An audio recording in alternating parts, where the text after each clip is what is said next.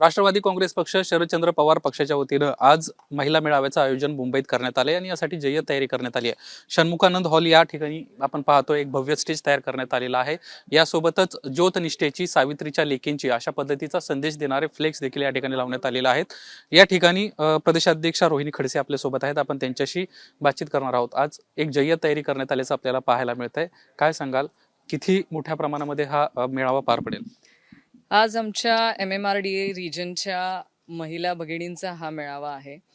खरं संपूर्ण महाराष्ट्रातल्या माता भगिनी ह्या आदरणीय पवार साहेबांना भेटण्यासाठी इच्छुक आहेत आणि त्यांनी सगळ्यांनी संपर्क करून असं सांगितलं की ताई, आम्हाला पक्षाचं चिन्ह गेलं किंवा पक्षाच्या आज नाव गेलं तरी पण आम्ही पवार साहेबांच्या पाठीशी आहोत आणि आम्हाला तो पाठिंबा दाखवायसाठी महाराष्ट्रातल्या सगळ्या माता भगिनींना साहेबांना भेटायचंय। पण एवढ्याशा छोट्याशा हॉलमध्ये आम्ही ती व्यवस्था करू शकलो नसतो, म्हणून आम्ही आता विभागीय मेळावे घेऊन साहेबांची महिलांची भेट घालणार आहोत। आजच्या दिवशी MMRDA रिजनमधल्या संपूर्ण परिसरातल्या ज्या माता भगिनी आहेत त्या साहेबांना भेटणार आहेत आणि याच्यामध्ये आम्ही साहेबांनी जे अनेक वर्षामध्ये कामं केली आहेत, माता भगिनींना पाठबळ देण्याचं काम केलं आहे, त्यातनं आम्ही आता साहेबांना पाठिंबा दाखवतोय की साहेब, आम्ही तुमच्या पाठीशी आहोत। आणि शेवटी स्त्री शक्ती ज्यांच्या पाठीशी असते ना, त्यांचा विजय नक्की असतो। तुम्ही ह्या गोष्टी एकीकडे म्हणत असताना दुसरीकडे आमदार अपात्रतेचा निकाल लागतोय आणि तो तुमच्या विरोधात जाणार आहे अशी माध्यमांमध्ये प्रचंड चर्चा आहे। पक्ष चिन्ह देखील आपलं गेलंय। पक्ष चिन्ह जाईल हे काय फार आम्हाला प्रत्येकाला अनपेक्षित नव्हतं, अपेक्षितच होतं।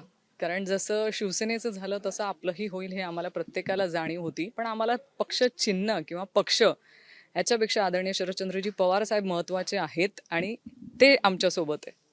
काल अजित पवारांना भाषणामध्ये असं म्हटलं की जॉर्ज फर्नांडिस यांना म्हटलं होतं पा पा पा पाटलाला पाडलं पाहिजे, आता काका का ही करायची वेळ आली आहे। काय म्हणणं आहे तुमचं? मला असं वाटतं काका का याचं उत्तर आमच्या महाराष्ट्रातली प्रत्येक महिला भगिनी देऊ शकते। कारण काकांनी महिला धोरण आणलं, काकांनी आम्हाला महिलांना आरक्षण दिलं, म्हणून आम्ही राजकारणामध्ये आज सक्षमरित्या काम करू शकतो। साहेबांनीच आम्हाला आज सुरक्षा दलामध्ये अधिकार दिला, म्हणून आम्ही आज सुरक्षा दलामध्ये तिथे जाऊन आरक्षण घेऊन आमच्या भारतासाठी लढू शकतो। आज महिला आयोगाची स्थापना ज्यांनी केली ते आदरणीय पवार साहेबच आहेत। त्याचबरोबर असे अनेक निर्णय मला सांगता येतील की ते साहेबांनी महिलांसाठी घेतलेत, म्हणून साहेब पाहिजे।